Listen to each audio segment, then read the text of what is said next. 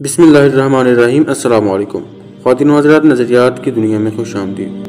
ناظرین اکرام، اگر آپ نیوز چینلز پر فالتو خبریں سن کر بور ہو چکے ہیں تو ہمارے اس چینل کو سبسکرائب کر کے بیل آئیکن کو دبا دیں۔ ہمارے اس چینل پر آپ کو بہت اہم معلومات تفصیل کے ساتھ ملا کریں گی۔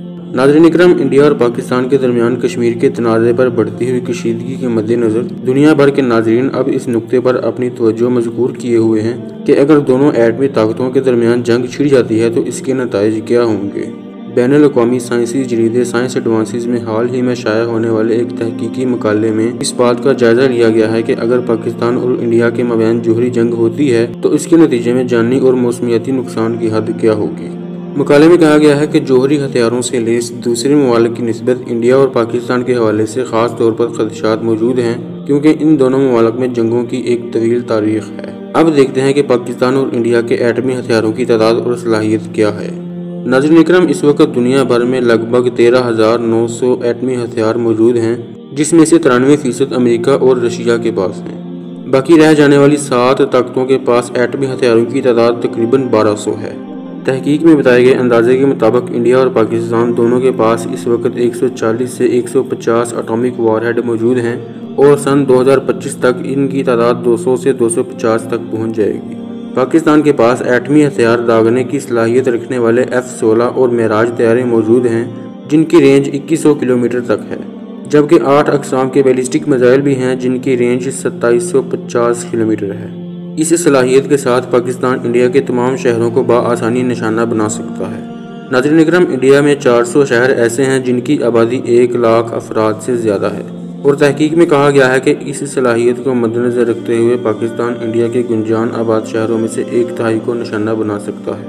دوسری جانب انڈیا کے پاس ایٹمی ہتھیاروں کو لے جانے کی صلاحیت رکھنے والے معراج اور جیگوار طیارے موجود ہیں، جن کی رینج 1850 کلومیٹر ہے، جبکہ انڈیا کے پاس 4 اقسام کے بیلسٹک میزائل موجود ہیں جن کی رینج 1850 کلومیٹر ہے۔ پاکستان میں 60 شہر ایسے ہیں جن کی آبادی 1 لاکھ نفوس سے زائد ہے، اور انڈیا ان تمام شہروں کو نشانہ بنانے کی پوری کوشش کرے گا۔ ناظرین اکرام، اب دیکھتے ہیں کہ جنگ کا منظر کیا ہوگا۔ تحقیقی مقالے میں کہا گیا ہے کہ نہ تو انڈیا اور نہ ہی پاکستان اس وقت تک ایٹمی جنگ کی شروعات کریں گے جب تک کسی ایک فریق کو دوسرے کی جانب سے شدید اشتعال نہ دلایا جائے۔ انڈیا کی اس حوالے سے پالیسی ہے کہ وہ ایٹمی ہتھیاروں کے استعمال میں پہل اس وقت تک نہیں کرے گا جب تک اس پر کیمیکل یا بایولوجیکل ہتھیاروں سے حملہ نہ کیا جائے۔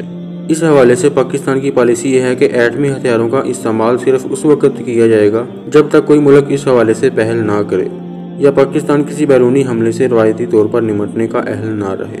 ناظرین اکرام، دونوں ممالک اب تک 4 روایتی جنگیں لڑ چکے ہیں، جبکہ تقسیم ہند کے بعد سے بڑی تعداد میں جھڑپیں بھی جاری رہتی ہیں۔ ناظرین اکرام، دونوں ممالک میں ان صلاحیتوں کو مد نظر رکھتے ہوئے تحقیق میں دونوں ملکوں میں ایک فرضی جوہری جنگ کا منظر پیش کیا گیا ہے، جو سن 2025 میں وقوع پذیر ہوگی۔ اندازے کے مطابق سن 2025 میں دونوں ملکوں کے پاس اپنے 250 ایٹمی ہتھیار موجود ہوں گے۔ چین کو اس جنگ سے دور رکھنے اور پاکستان کی مدد نہ کرنے پر مجبور کرنے کے لیے انڈیا کے پاس 100 کے لگ بھگ ایٹمی ہتھیار موجود ہوں گے۔ فرض کیا گیا ہے کہ انڈیا اس جنگ میں 150 ایٹمی ہتھیار استعمال کرتے ہوئے پاکستان میں 25 مقامات کو نشانہ بنائے گا، جبکہ پاکستان بھی اتنی ہی تعداد میں ہتھیاروں کو گنجان آباد شہروں کو نشانہ بنانے کے لیے استعمال کرے گا۔ اب دیکھتے ہیں کہ اس ایٹمی جنگ میں کتنی ہلاکتیں ہوں گی۔ سن 2025 میں ہونے والی اس فرضی جنگ میں ایٹمی ہتھیاروں کی تعداد اور ان کی طاقت کو سامنے رکھتے ہوئے بتایا گیا ہے کہ دونوں ممالک میں جاں بحق ہونے والوں کی تعداد 5 کروڑ سے 12.5 کروڑ تک ہوگی۔ جنگ عظیم دوم میں ہلاک ہونے والوں کی تعداد تقریباً 5 کروڑ تھی۔ تحقیق میں کہا گیا ہے کہ انڈیا اور پاکستان کے شہر گنجان آباد ہیں، اور سب سے کم طاقتور ایٹمی ہتھیار یعنی 15 KT استعمال ہونے کی صورت میں دونوں ممالک میں ہونے والی ہلاکتوں کی تعداد جنگ عظیم دوم جتنی ہوگی، اور یہ ہلاکتیں 1 ہفتے کے اندر واقع ہوں گی۔ انڈیا میں ہلاکتوں کی تعداد پاکستان کے مقابلے میں 2 سے 3 گنا زیادہ ہوگی، کیونکہ اس فرضی جنگ میں یہ فرض کیا گیا ہے کہ پاکستان زیادہ تعداد میں ایٹمی ہتھیار استعمال کرے گا۔ ناظرین اکرام، اب دیکھتے ہیں کہ جنگ کے عالمگیر موسمی اثرات کیا ہوں گے۔ ناظرین اکرام، اس ایٹمی ہتھیاروں سے لگنے والی آگ اور دھواں دنیا کے موسم کو ٹھنڈا کر دے گا، جس کے باعث کاشتکاری کم ہو جائے گی اور وسیع پیمانے پر قحط پھیلے گا۔ ان حملوں کے نتیجے میں لگنے والی ایٹمی آگ کے باعث 1 کروڑ 76 لاکھ ٹن سے لے کر 3 کروڑ 96 لاکھ ٹن تک کاربن کا اخراج ہوگا۔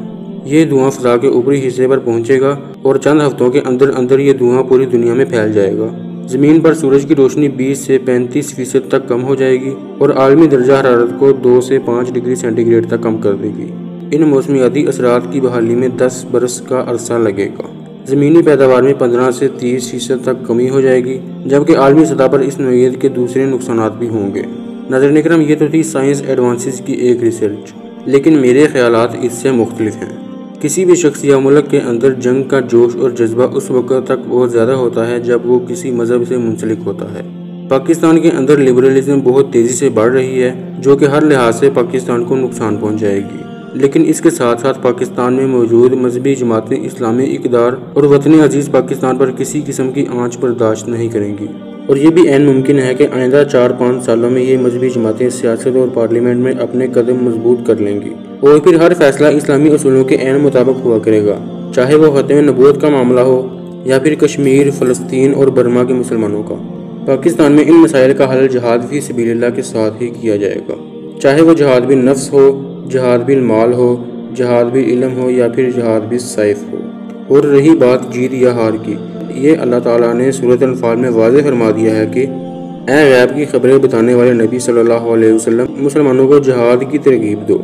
اگر تم میں سے 20 صبر کرنے والے یعنی ثابت قدم رہنے والے ہوں گے تو وہ 200 پر غالب ہوں گے، اور اگر تم میں سے 100 ہوں تو کافروں کے 1000 پر غالب آ جائیں گے، اس لیے کہ وہ سمجھ نہیں رکھتے۔ بس ہمارا مقصد صرف اللہ تعالیٰ کے دین کی سربلندی اور دنیا میں دائمی امن کا قیام ہونا چاہیے۔ ناظرین اکرام، جب ایک 17 سال کا لڑکا محمد بن قاسم تلواروں کے ساتھ سندھ فتح کر سکتا ہے تو ہمارا آرمی چیف ایٹم بم استعمال کر کے کم از کم کشمیر تو چھڑا ہی لے گا۔ ہمارے جسم، ہماری جانیں اور ہمارے ہتھیار فقط اللہ تعالیٰ کے دین کی سربلندی کے لیے ہی استعمال ہوں گے۔ ناظرین اکرام، اگر آپ کو ہماری ویڈیو اچھی لگی ہے تو ویڈیو کو لائک کرنے سے پہلے چینل کو سبسکرائب ضرور کر لیں اور ساتھ میں بیل آئیکن کو بھی دبا دیں۔ اس طرح آپ کو ہماری ہر آنے والی نئی ویڈیو کا نوٹیفیکیشن بھی ملتا رہے گا۔ السلام علیکم ورحمۃ اللہ وبرکاتہ۔